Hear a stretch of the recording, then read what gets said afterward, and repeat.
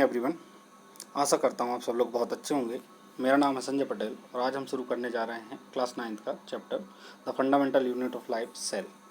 तो बेसिकली इसे fundamental unit of life क्यों कहा जाता है?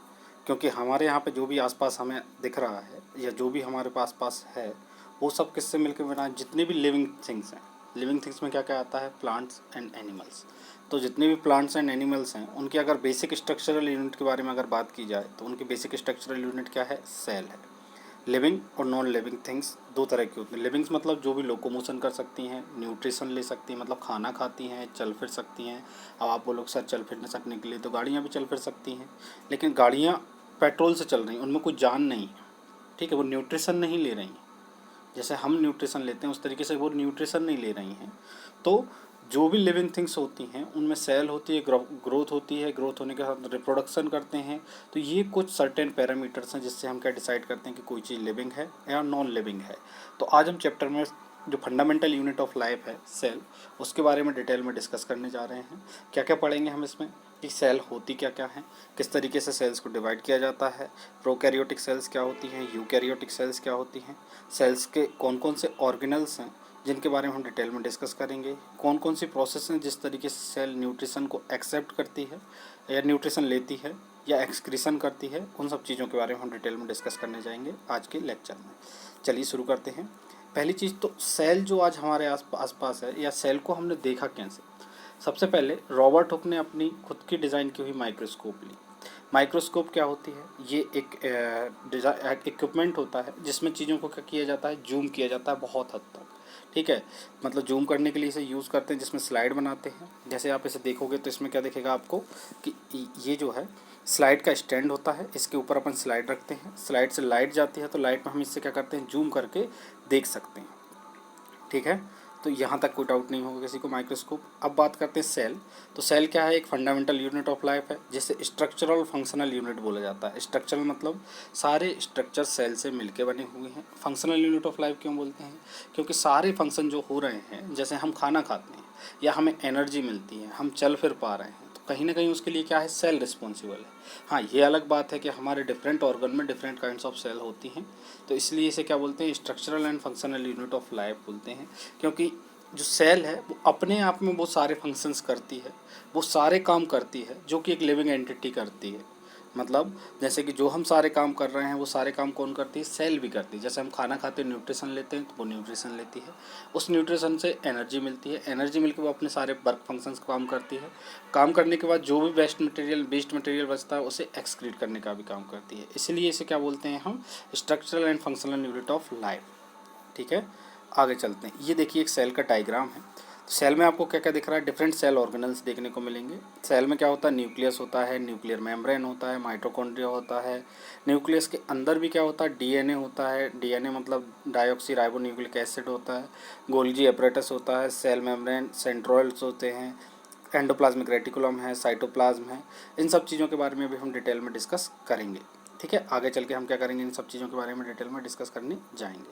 आगे देखते हैं।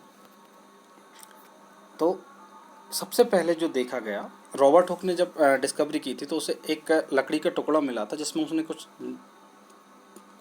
ज्योमेट्रीज देखी, तो उससे उसने सेल की डिस्कवरी की। अगर आप एक ऑनियन पील को देखोगे तो ऑनियन पील कुछ इस तरीके से दिखाई देगी।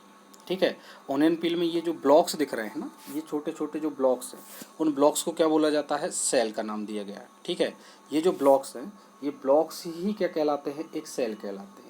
अगर इंग्लिश में आप जाओगे, कई मूवीज़ अगर आपने देखी होंगी तो उसमें आपको क्या देखने को मिला होगा कि जो जेल की जो छोटी छोटी जो कैदी जहाँ पे रहते हैं ना, उसे भी क्या बोलते हैं? बोलो, सेल बोलते हैं। ठीक है, तो सेल मतलब क्या होता है? एक स्मॉल कंपार्टमेंट होता है। इंग्लिश के अकॉर्डिंगली अगर अपन बात करें तो सेल मतलब क्या होता है? एक स्मॉल कंपार्टमेंट होता है। और इसी को हम क्या बोलते हैं? सेल। सेल का काम क्या होता है? अब आगे चल के हम पढ़ेंगे कि सेल क्या होती है। ठीक है, ये जैसे एक स्पर्म सेल है जो कि आपने मूवीज़ में भी देखा होगा, 3 इडियट में देखा होगा कि रेस लगती है, रेस में स्पर्म जाते हैं।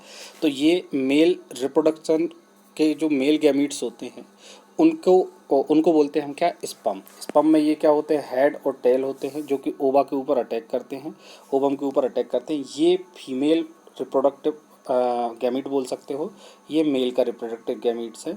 ये मेल और फीमेल जब इंटरमिक्स होते हैं तभी जाके क्या होता है? रिप्रोडक्शन होता है। मतलब जो सारी इन्फॉर्मेशन है जो एक लिविंग एंटिटी की है वो किसके अंदर होती है, इस रिप्रोडक्शन करने वाले गैमीट्स के अंदर होती है, या ऐसे बोल सकते हो कि ये रिप्रोडक्शन सेल हैं।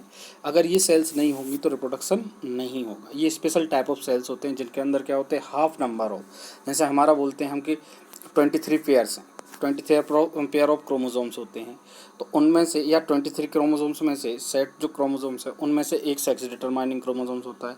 तो ये क्या करते हैं, हाफ नंबर ऑफ क्रोमोसोम्स को कैरी करते हैं, ओवम और स्पर्म। ठीक है, जब ये दोनों मिलेंगे तब जाके क्या होगा, रिप्रोडक्शन होगा। तो उसके इन्हीं बोलते हैं क्या, हमारे बॉडी में क्या डिफरेंट काइंड्स ऑफ सेल्स पाए जाते हैं। तो उनमें से एक क्या था, स्पर्म सेल है। ठीक, फिर ये आता है फैट सेल। जैसे हम देखते हैं कि कुछ लोग बहुत ज़्यादा मोटे हो जाते हैं, तो मोटे होने के कारण क्या होता है कि उनके अंदर ये फैट सेल्स बढ़ जाते हैं, जिनके कारण क्या बनता है, आगे क्लास में हम पढ़ेंगे कि एडिपोज टिश्यूज बनते हैं। इस सेल्स में आपको एक चीज़ देखने को मिल रही होगी कि इसमें जो ये है न्यूक्लियस या फिर जो सेल रीजन है वो बहुत छोटा सा है, और बहुत सारा रीजन जो है वो क्या करता है, फैट स्टोर करता है, जिसके कारण क्या बन जाता है, हमारे अंदर फैट स्टोर होने लगता है या मोटापा बढ़ जाता है। तो इंसान क्या दिखता है, मोटा दिखने लगता है। तो ये बेसिकली क्या कर रहे हैं, फैट को स्टोर करने का काम कर रहे हैं, फैट सेल्स हैं। ठीक है, आगे चलते हैं। फैट सेल हो गई। ब्लड सेल्स, जैसे हम बोलते हैं आरबीसी, ये देख रहे हैं बड़े बड़े बढ़िया शानदार सी। इसमें क्या है कि ये जो कॉर्पुकल्स हैं ये आरबीसी कहलाते हैं। आरबीसी डब्ल्यूबीसी के बारे में आपने सुना होगा। ये क्या करते हैं, हीमोग्लोबिन कैरी करते हैं, जिसके कारण कि हमारी बॉडी में ऑक्सीजन ट्रांसमिट हो पाती है। तो यहाँ पे मैंने आपको डिफरेंट काइंड्स ऑफ सेल्स दिखाई हैं, फैट सेल्स हैं, ब्लड सेल्स है, स्मूथ मसल सेल्स हैं जो कि हमारे मसल्स को बनाती हैं। तो आइए हम पढ़ते हैं सेल्स के बारे में, टाइप्स ऑफ सेल्स क्या होती हैं। तो देखो, दो टाइप के ऑर्गेनिजम्स हमारे यहाँ पे पाए जाते हैं। दो टाइप के ऑर्गेनिजम्स कौन कौन से, एक होते हैं यूनिसेल्युलर और एक होते हैं मल्टीसेल्युलर। यूनिसेल्युलर में वो ऑर्गेनिजम्स आते हैं जो कि एक सेल से मिलके बने होते हैं। जैसे कि आपको यहाँ पे एग्जांपल में दिख रहा होगा, अमीबा। अमीबा एक यूनिसेल्युलर ऑर्गेनिजम्स है जिसके अंदर सिर्फ एक सेल है। पैरामीशियम, पैरामीशियम भी सिंगल सेलुलर ऑर्गेनिजम्स है जिसमें सिर्फ सिंगल सेल होती है। वो सिंगल सेल से ही क्या होता है, हमारी तरह ऐसा पूरा बॉडी स्ट्रक्चर नहीं होता कि उनके पास हार्ट है, लंग्स हैं, या फिर लीवर है, किडनी है, या फिर पूरा का पूरा सोफिस्टिकेटेड पूरा बॉडी स्ट्रक्चर बना हुआ है, इस तरीके का नहीं होता है। वो हमारे किस में देखने को मिलेगा, मल्टी सेलुलर ऑर्गेनिजम्स में। मल्टी सेलुलर ऑर्गेनिजम्स क्यों बोला हमने, क्योंकि मल्टी सेलुलर जैसे हम हैं, हमारी आँखों का काम अलग है, पैर का काम अलग है, हार्ट का काम अलग है। तो जो सारे डिफरेंट डिफरेंट ऑर्गन्स हैं उनका सबका काम क्या है, अलग अलग काम है। अलग अलग काम है तो फंक्शन भी अलग अलग करेंगे। अलग अलग फंक्शन करेंगे तो उन्हें अलग अलग सेल्स की ज़रूरत होती है। आगे के चैप्टर में जब हम टिश्यू पढ़ेंगे तब पता चलेगा आपको कि different different kinds of cells होते हैं जो मिलकर क्या बनाते हैं, टिश्यू बनाते हैं। तो हम लोग क्या हैं, मल्टी सेलुलर ऑर्गेनिजम्स हैं। एनिमल्स जैसे पाए जाते हैं हमारे यहाँ पे, तो कुत्ता है, बिल्ली है, ये क्या है, सारे मल्टी सेलुलर ऑर्गेनिजम्स हैं। अमीबा, पैरामीशियम, यूग्लिना, ये क्या कहलाते हैं, सिंगल सेलुलर ऑर्गेनिजम्स कहलाते हैं। ठीक है, अब देखते हैं। देखो अमीबा का स्ट्रक्चर देखो, अमीबा के पास कोई हाथ पैर नहीं है। ये क्या होता है, एक सिंगल सेलुलर ऑर्गेनिजम्स होता है जिसके अंदर पूरे के पूरे सेल है। इसके अंदर ये जो दिख रहा है स्यूडोपोड, स्यूडोपोड का मतलब क्या होता है, ये फॉल्स फीट की तरह काम करता है। जब लोकोमोशन इसे करना होता है तो ये एक्सटेंड हो जाता है किसी भी शेप में। It's like an jelly material, jelly देखी होगी, तो ये किसी भी शेप में आ सकती है और ये अपने शेप के अकॉर्डिंगली क्या करती है, छोटी छोटी चीज़ों को इनटेक करती है। बेसिकली जितने भी यूनिसेलुलर ऑर्गेनिजम्स होते हैं ज़्यादातर कहाँ पाए जाते हैं, वाटर के अंदर। तो वाटर के अंदर क्यों पाए जाते हैं, क्योंकि वहाँ पे न्यूट्रिशन आसानी से मिल जाता है। तो इसके बाद ये क्या करते हैं, न्यूट्रिशन लेते हैं, इनटेक करते हैं, इनटेक करने के बाद उसे क्या करते हैं, तोड़ते हैं। ये दिख रहा होगा आपको फूड वैक्यूल। फूड वैक्यूल का मतलब क्या होता है, जो अपना खाने को स्टोर करने के लिए यूज़ करते हैं। ठीक है, आगे पढ़ते हैं। तो अमीबा देख लिया होगा आपने।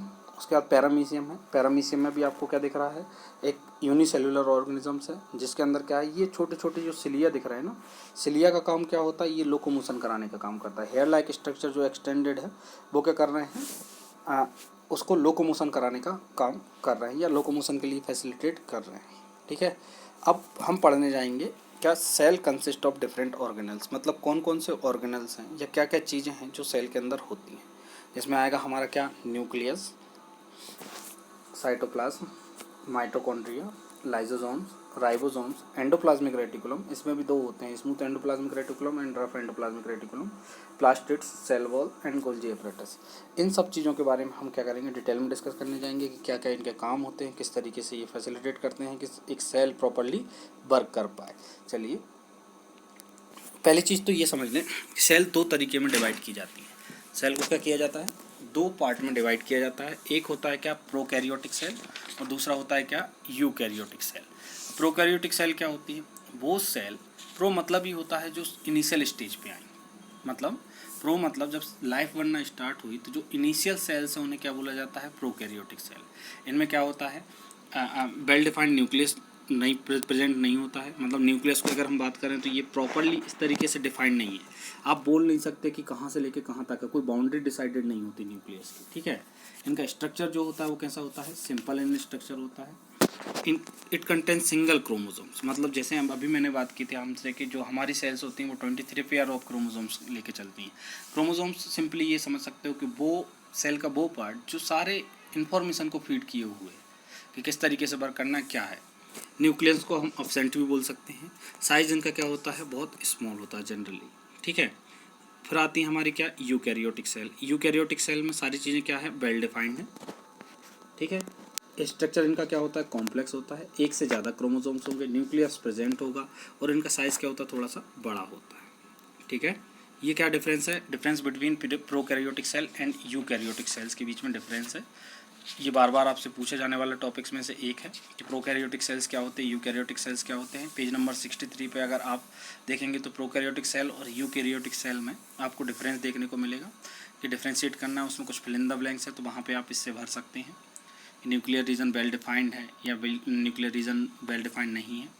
अब देखते हैं वेरियस शेप्स ऑफ सेल या वेरियस जो हमारे ऑर्गेनल्स हैं उनके बारे में हम बात करने जा रहे हैं, ठीक है। तो वेरियस शेप ऑफ सेल मतलब क्या होता है, सेल्स जो होती हैं ये ज़रूरी नहीं है कि सिर्फ एक ही शेप की, डिफरेंट सेल्स के डिफरेंट काम होते हैं तो उनका जो स्ट्रक्चर होता है वो भी क्या होता है, अलग अलग होता है। हाँ, उनके पास कुछ सर्टेन ऑर्गेनल्स हैं जो दोनों में पाए जाएंगे, जैसे जिन्हें बोलते हैं हम सेल ऑर्गेनल्स। तो पहला क्या आ रहा है हमारा सेल ऑर्गेनल्स, न्यूक्लियस।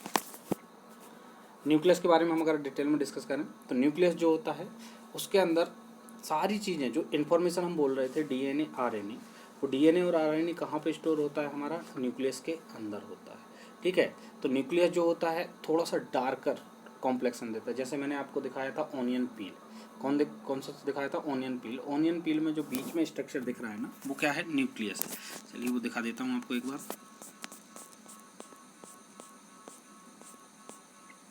ये देखो ऑनियन पील दिख रहा है, इसमें जो बीच में थोड़ा सा डार्क कॉम्प्लेक्सन में जो स्ट्रक्चर दिख रहा है ना, ये डार्क स्ट्रक्चर जो दिख रहे हैं ना, ये क्या है हमारे न्यूक्लियस। ये क्या है, न्यूक्लियस है। ये अभी और भी मैग्नीफाइड हो सकती थी, ठीक है। तो ये सिंपली जो डार्कर कॉम्प्लेक्सन वाले जो एरिया दिख रहे हैं इन्हें क्या बोलते हैं, हम न्यूक्लियस बोलते हैं, ठीक है। न्यूक्लियस के अंदर क्या होता है, आरएनए डीएनए होता है। आरएनए डीएनए क्या करता है, सारी इन्फॉर्मेशन को स्टोर करके चलता है, ठीक है, जो कि कलर डिफरेंटली है। आगे देखते हैं हम, अगर इसे हम क्या करते हैं, जो सेल बनाई गई थी हमारी वो किससे बनती है, पूरी जो इन्फॉर्मेशन है, जैसे मैं बोलूँ कि एक एनिमल सेल है और एक प्लांट सेल है, या फिर सिंपली ये बात करें कि जो सेल्स होती हैं ह्यूमन बीइंग की सेल और दूसरे एनिमल्स में, जैसे एनिमल किंगडम में अगर मैं जाऊँगा तो एनिमल ह्यूमन की सेल और बिल्ली की सेल जैसे बोले हम, या रेड की सेल बोला, मच्छर की सेल बोला, डिफरेंट जो ऑर्गेनिजम्स हैं उनकी सेल्स में भी क्या होता है, डिफरेंस होता है, ठीक है। और उनकी जो इन्फॉर्मेशन वो कैरी करते हैं कि जैसे हमारी बॉडी का स्ट्रक्चर क्या होगा, ये इन्फॉर्मेशन किसके अंदर स्टोर है, सेल के अंदर स्टोर है। वो किस फॉर्म में स्टोर होती है, in the form of DNA and RNA.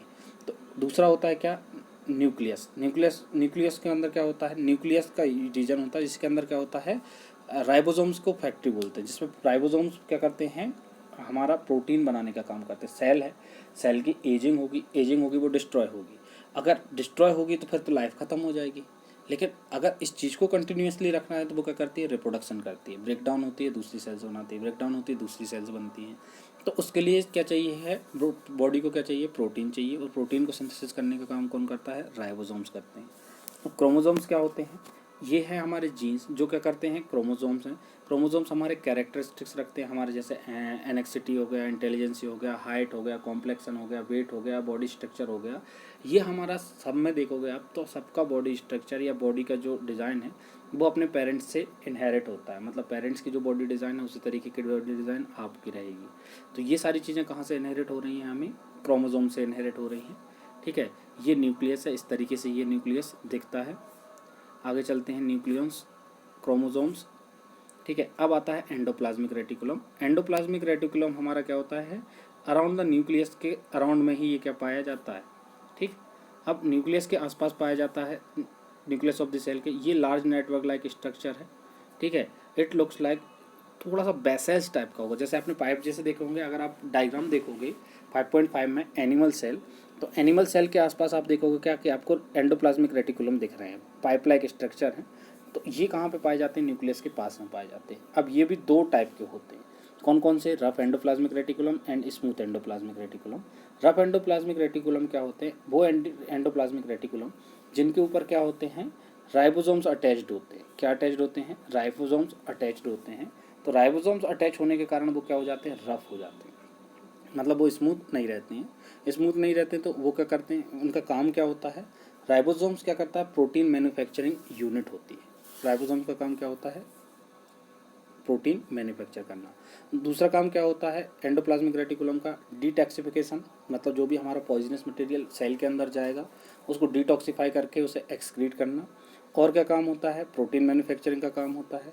Ribosomes का क्या होता है, ये राइबोसोम्स देखिए, ये आपको पॉइंट लिखा हुआ है कि जो रफ एंडोप्लाज्मिक रेटिकुलम होता है वो प्रोटीन बनाने का काम करता है। लेकिन प्रोटीन कौन बनाता है, राइबोसोम्स वहाँ पे अटैच्ड होते हैं, जो क्या करते हैं, रफ बना देते हैं सरफेस को, और वो क्या मैन्युफैक्चरिंग का काम करते हैं, प्रोटीन मैन्युफैक्चरिंग का, प्रोटीन सिंथेसिस का काम करते हैं। ये दिख रहा है आपको endoplasmic reticulum, vessels like structure. यहाँ पे आप अगर जूम करोगे तो आपको दिखेगा क्या, रफ एंडोप्लाज्मिक रेटिकुलम, ठीक है। रफ एंडोप्लाज्मिक रेटिकुलम दिख रहा होगा थोड़ा सा जूम करने पे। ये रफ जो दिख रहा है ये किसके कारण दिख रहा है, राइबोसोम्स की प्रेजेंस के कारण दिख रहा है, ठीक है।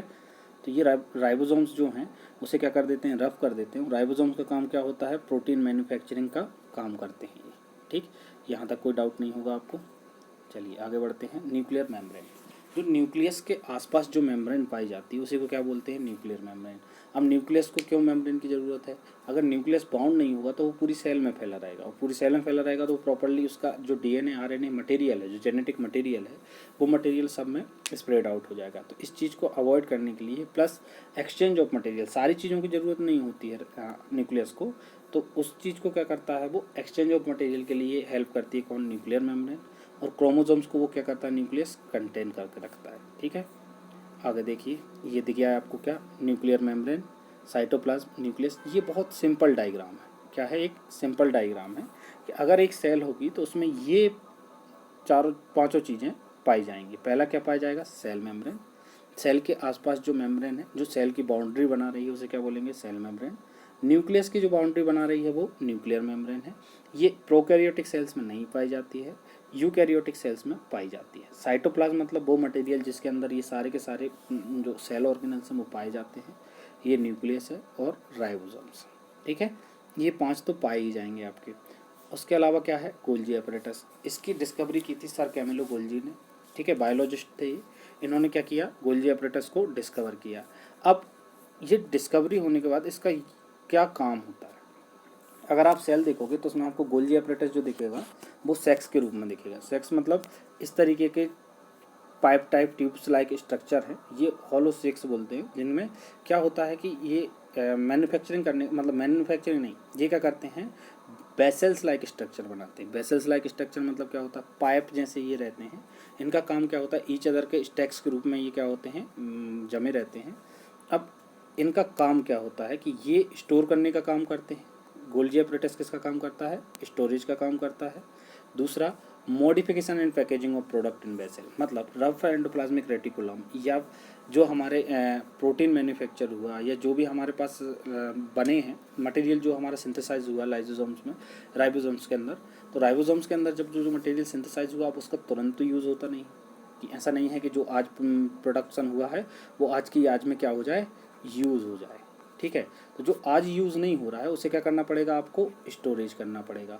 अब कई बार क्या होता है, जो स्टोरेज होता है, अब डायरेक्टली जिस फॉर्म में प्रोड्यूस हुआ उसी फॉर्म में स्टोरेज नहीं होता, तो उसके कारण उसका क्या करना पड़ता है, पहले मॉडिफिकेशन करना पड़ता है। मॉडिफिकेशन करके फिर उसे क्या करते हैं, पैकिंग ऑफ प्रोडक्ट कर देते हैं। जो बेसल्स मैंने दिखाई थी आपको रफ एंडोप्लाज्मिक रेटिकुलम की, इसमें क्या करता है, ये पैकेट के पैकेट बना के रख लेता है, ताकि भविष्य में जब इसको उपयोग पड़ता है तो ये क्या करता है, उसे यूज़ कर सके, ठीक है। ये है क्या, गोल्जी एपरेटस का एक डिटेल व्यू।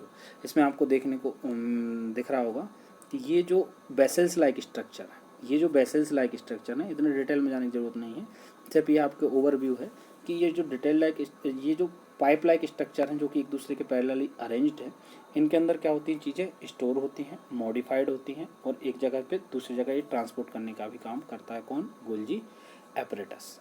ठीक, गोल्गी एपरेटस में कोई डाउट नहीं होगा।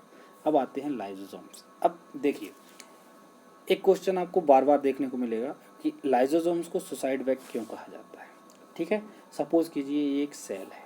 ठीक, सेल के अंदर अगर कुछ जैसे सेल के अंदर कुछ लग गया, जैसे हमें चोट लगती है, सेल लगा तो यहाँ से सेल क्या हो जाएगी, ब्रेक डाउन हो जाएगी। यहाँ से सेल क्या हो गई, ये ब्रेक डाउन हो गया, रप्चर हो गया सेल का। ठीक, अब सेल टूट जाएगी तो अब सेल के ऑर्गेनल सारे के सारे बाहर चले जाने चाहिए। तो उस चीज़ की टाइम पे क्या होता है, ये गोल्जी एपरेटस जो लाइजोसोम्स हैं, लाइजोसोम्स क्या हो जाते हैं, बस्ट हो जाते हैं। अब इस सेल में अगर लाइजोसोम्स बस्ट हो गए तो लाइजोसोम्स के अंदर क्या होता है, एक डाइजेस्टिव एंजाइम होता है। कौन सा एंजाइम होता है, डाइजेस्टिव एंजाइम होता है। अब डाइजेस्टिव एंजाइम का काम क्या होता है, जैसे ही लाइजोसोम्स बस्ट होता है, जैसे ये बस्ट हो गया, ये बस्ट होगा तो ये क्या हो जाएगा, पूरे में फैल जाएगा। फैल जाएगा तो जितने भी जो सेल ऑर्गेनल्स थे वो क्या हो जाएंगे, डिस्ट्रॉयड हो जाएंगे। अब सेल्स ऑर्गेनल डिस्ट्रॉयड हो जाएंगे मतलब पूरी सेल खत्म हो जाएगी। जैसे हमें चोट लगती है, चोट लगती है तो हमारे क्या होते हैं, रप्चर होता है। रप्चर होता है तो वहाँ की सेल्स क्या हो जाती हैं, डैमेज हो जाती हैं। वो किस कारण से डैमेज हो जाती हैं, क्योंकि वहाँ पर जो सुसाइड बैग है या लाइजोसोम्स हैं वो बस्ट हो जाते हैं, जो rounded word digestive enzyme carry करते हैं। उस डाइजेस्टिव एंजाइम के कारण वहाँ पे क्या हो जाएगा, सारे के सारे जो सेल ऑर्गेनल्स थे वो क्या हो जाएंगे, खत्म हो जाएंगे। इसलिए इसे क्या बोलते हैं, सुसाइडल बैग भी बोलते हैं। तो लाइजोसोम्स का दूसरा नाम क्या है, सुसाइडल बैग। ये देखिए लाइजोसोम का स्ट्रक्चर आपको देखने को मिल रहा होगा। ये जो दिख रहा है ना यहाँ पे, ये जो लाइजोसोम्स है ये क्या रख के बैठता है, डाइजेस्टिव एंजाइम। ये जो नीले कलर में आपको दिख रहा है ये क्या है, डाइजेस्टिव एंजाइम। बहुत स्ट्रॉन्ग होता है ये, पूरी सेल्स के जो ऑर्गेनल हैं उन सबको क्या कर सकता है, ये डिस्ट्रॉय कर सकता है। लेकिन ये नॉर्मली ऐसे बस्ट नहीं होता है, या तो सेल की एजिंग हो जाए या फिर सेल का रप्चर हो जाए। रप्चर मतलब कहीं से टूट फूट हो जाए या सेल वर्किंग कंडीशन में ना हो, तो उस टाइम पे सेल को डिस्ट्रॉय करने का काम कौन करता है, हमारा लाइजोसोम। इसलिए इसे क्या बोलते हैं हम, सुसाइड बैग भी बोलते हैं। ठीक है, नेक्स्ट आता है हमारा माइटोकॉन्ड्रिया। जैसे बॉडी के लिए एनर्जी की रिक्वायरमेंट है। अब हम सब खाना खाते हैं तो वो खाना क्या होता है, ट्रांसपोर्ट होता है, हर सेल तक खाना पहुंचता है। खाना पहुंचने के बाद जो खाने का ब्रेक डाउन होता है वो किसके अंदर होता है, माइटोकॉन्ड्रिया के अंदर होता है। माइटोकॉन्ड्रिया क्या करता है, जो ग्लूकोज वहाँ पे गया C6H12O6 के फॉर्म में जाता है, ये ग्लूकोज है। ग्लूकोज जब ब्रेक डाउन होता है तो वहाँ पे क्या होता है, एरोबिक रेस्पिरेशन होता है, मतलब टूटता है और क्या बनाता है, H2O और CO2 बनाता है, प्लस एनर्जी देता है। और एनर्जी जो देता है वो किस फॉर्म में देता है, ATP। ATP क्या है, करेंसी यूनिट, मतलब मेज़र करने की, एनर्जी को मेज़र करने का एक तरीका है। ठीक है, तो mitochondria is the powerhouse of the cell. Powerhouse of the cell क्यों है, क्योंकि सेल के अंदर जितनी भी एनर्जी की रिक्वायरमेंट है वो कौन फुलफिल कर रहा है, हमारा माइटोकॉन्ड्रिया कर रहा है। ठीक है, तो माइटोकॉन्ड्रिया के ऊपर दो कवरिंग होती हैं। ठीक है, और इसका जो कि डीपली फोल्डेड होती है, अभी आगे मैं आपको डायग्राम दिखाऊंगा कि इसके कारण क्या होता है कि लार्ज सरफेस एरिया बन जाता है। जैसे नॉर्मली अगर एक सरफेस ये है, ठीक, इसका सरफेस एरिया क्या रहेगा, कम रहेगा। अगर यही सरफेस इस रूप में होती, ठीक है, तो यहाँ पे क्या हो जाएगा, सरफेस एरिया इंक्रीज हो जाएगा। तो इसे बोलते हैं क्या, डीपली फोल्डेड सरफेस। ठीक है, तो इसके कारण क्या होता है, सरफेस एरिया ज़्यादा हो जाता है। सरफेस एरिया ज़्यादा हो जाएगा तो ग्लूकोज जो ब्रेक डाउन हो रहा था, ग्लूकोज का ब्रेक डाउन, उसके लिए प्रॉपर सफिशिएंट स्पेस मिल पाएगा। जब सफिशिएंट स्पेस मिल पाएगा तो ये प्रॉपरली ब्रेक डाउन होगा। प्रॉपरली ब्रेक डाउन होकर एनर्जी भी निकालेगा, energy in the form of ATP निकालता है। ATP का फुल फॉर्म क्या होता है, एडिनोसाइन ट्राइफॉस्फेट। ठीक है, चलिए आगे बढ़ते हैं। ये देखिए एक माइटोकॉन्ड्रिया का डायग्राम है, ये आपको फोल्डेड दिख रही है। जो इनर लेयर है, आउटर लेयर तो नॉर्मल मेम्ब्रेन की तरह होती है, जो इनर लेयर है वो कैसी है, फोल्डेड है। ठीक है, इस फोल्डेड लेयर के कारण ही क्या होता है कि माइटोकॉन्ड्रिया को ज़्यादा स्पेस मिल पाता है। स्पेस मिल जाता है तो वो क्या कर सकता है, ब्रेक डाउन ईजिली कर सकता है, जाकि ज़्यादा से ज़्यादा अमाउंट में क्या निकाली जा सके, एनर्जी लिबरेट की जा सके। नेक्स्ट है हमारा क्या, प्लास्टिड्स। पहली चीज़, प्लास्टिड्स जो होते हैं वो किस में प्रेजेंट होते हैं, सिर्फ प्लांट सेल में प्रेजेंट होते हैं। एनिमल सेल्स में प्रेजेंट नहीं होते हैं। ठीक है, प्लास्टिड्स भी दो टाइप के प्लास्टिड्स होते हैं, एक होता है क्रोमोप्लास्ट और दूसरा होता है ल्यूकोप्लास्ट। अब क्रोमोप्लास्ट क्या होता है, ल्यूकोप्लास्ट क्या होता है। क्रोमो मतलब ही होता है कलर। ठीक है, कलर्ड प्लास्टिड। जैसे आपने देखा होगा कि प्लांट्स का जो कलर होता है यूजुअली क्या होता है, ग्रीन होता है। वो ग्रीन कलर किसके कारण आ रहा है? क्रोमोप्लास्ट। क्रोमोप्लास्ट के अंदर ही क्या होता है? क्लोरोप्लास्ट होता है, क्लोरोफिल होता है। क्लोरोफिल जो क्या करता है? ग्रीन पिगमेंट होता है, जिसके कारण हमारा क्या होता है? फोटोसिंथेसिस होती है।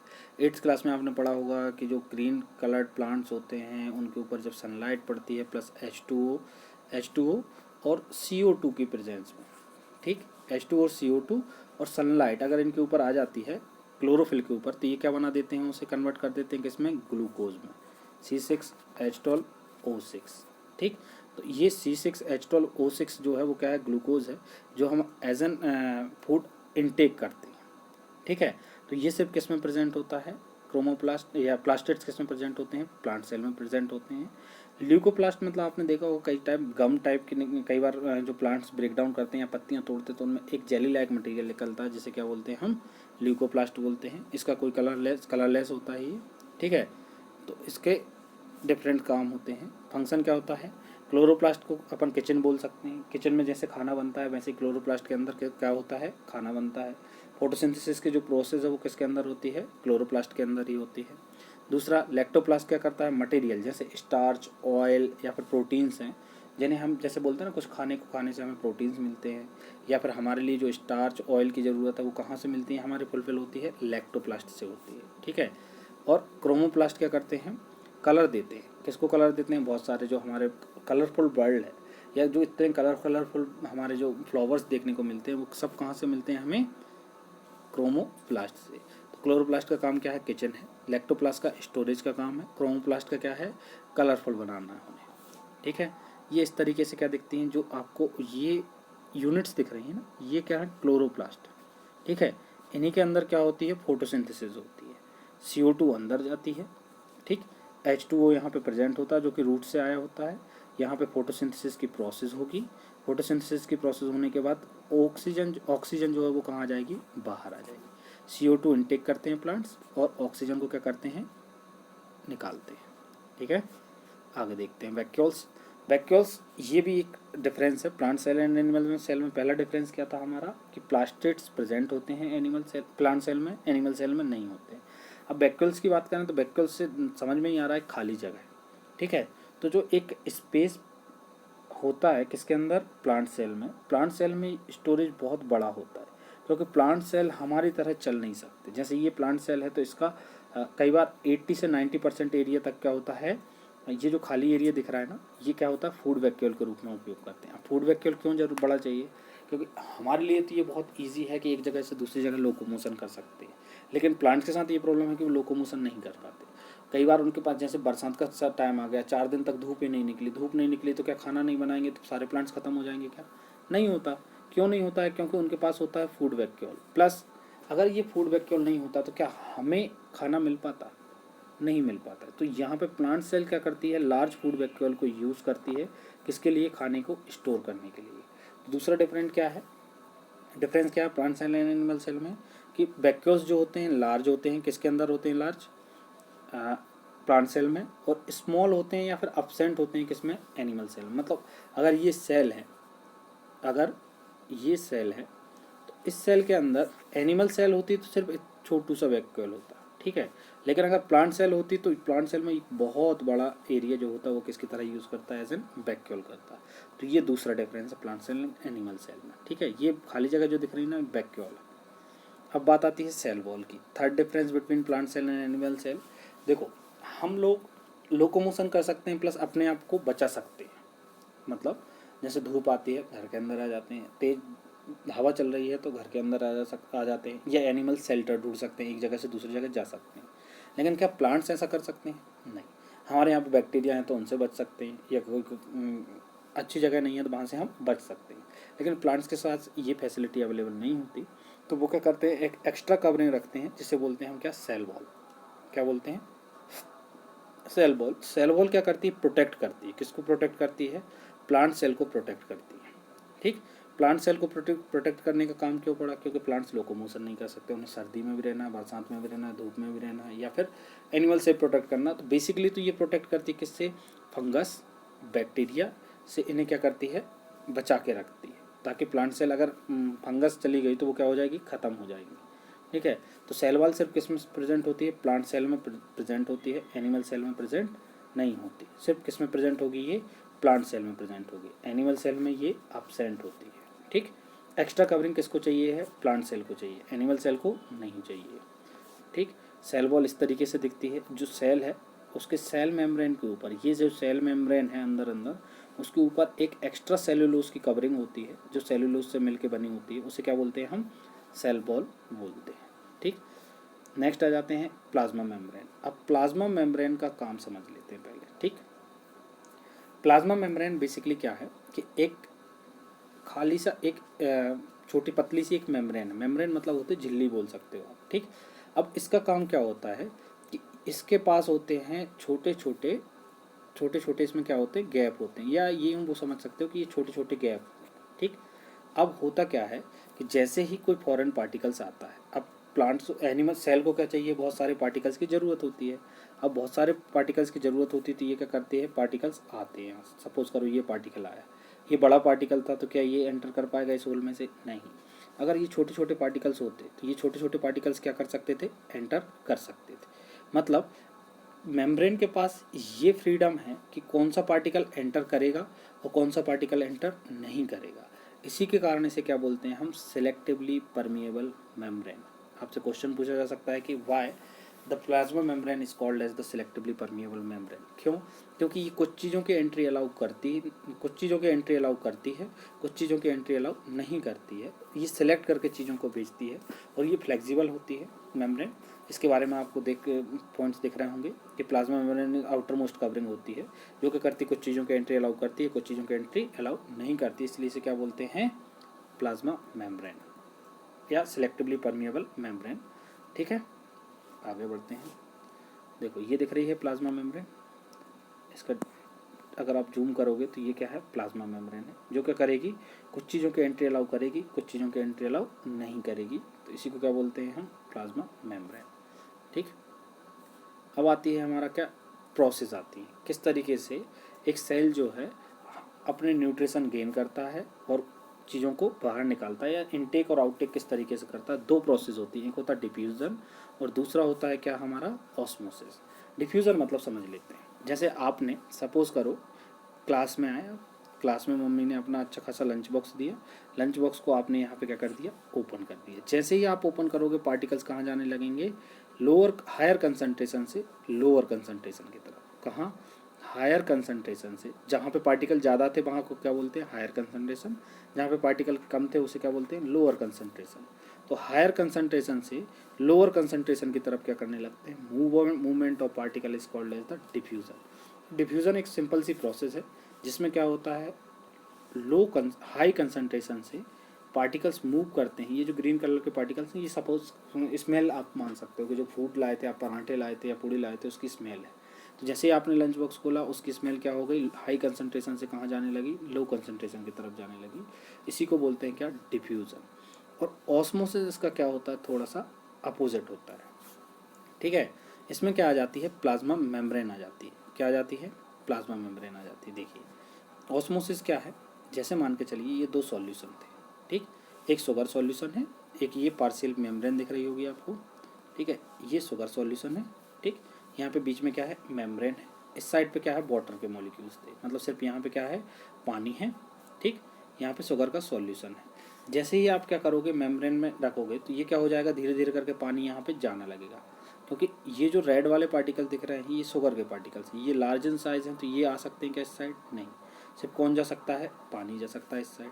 तो हुआ क्या कि यहाँ पे लो कंसंट्रेशन से हाई कंसंट्रेशन की तरफ क्या होने लगा, पार्टिकल का मूवमेंट। लेकिन किसके पार्टिकल जा रहे हैं, सिर्फ पानी के। पानी को बोलते हैं क्या, सॉल्वेंट। क्या बोलते हैं, सॉल्वेंट। तो movement of solvent particle from lower concentration to higher concentration is called as osmosis.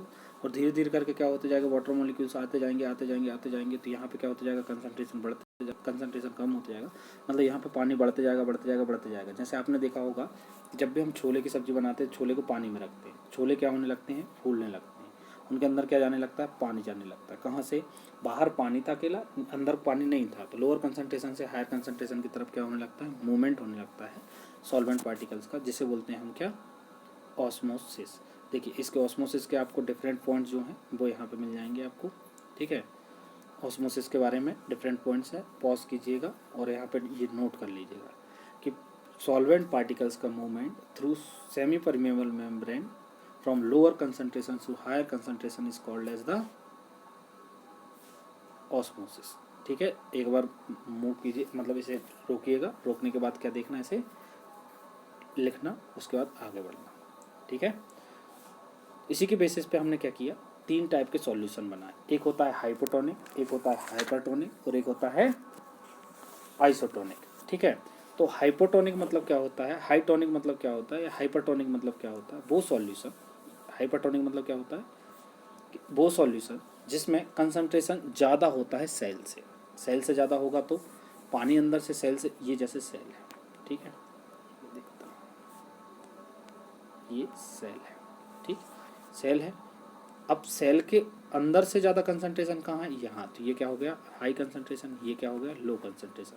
तो यहाँ से सिर्फ कौन जा सकता था, पानी। तो यहाँ से पानी बाहर जाएगा तो ये क्या हो जाएगा, पिचक जाएगा, श्रिंक कर जाएगा। उसके बाद इसका स्ट्रक्चर क्या हो जाएगा, इस तरीके से हो जाएगा। जैसे आपने किशमिश देखे होंगे, तो वो क्या होता है हाइपरटोनिक सॉल्यूशन में जब रख दोगे तो वो क्या हो जाएगा, श्रिंक हो जाएगा। मतलब अंगूर को अगर उठा के आपने चाशनी में रख दिया तो वो क्या हो जाएंगे, श्रिंक हो जाएंगे। और उन्हीं अंगूर को अगर आपने उठा के रख दिया किसके अंदर, पानी के अंदर, तो वो क्या हो जाएंगे, फूल जाएंगे। वो कहलाता है क्या, हाइपोटोनिक सॉल्यूशन। और होता है आइसोटोनिक, जब ना तो मूवमेंट अंदर हो ना बाहर हो, उसे बोलते हैं क्या, आइसोटोनिक सॉल्यूशन। ठीक, इट्स ऑल अबाउट सॉल्यूशन। ठीक, यहाँ तक कोई डाउट है आपको? चलिए, तो आशा करता हूँ कि ये चैप्टर आपको समझ में आया होगा। इसके डाउट्स होते हैं कोई तो आप डाउट्स पूछ सकते हैं फ्रीली, प्लस इसके जो भी नोट्स होंगे वो नोट्स आपको प्रोवाइड करा दिए जाएंगे। Thank you.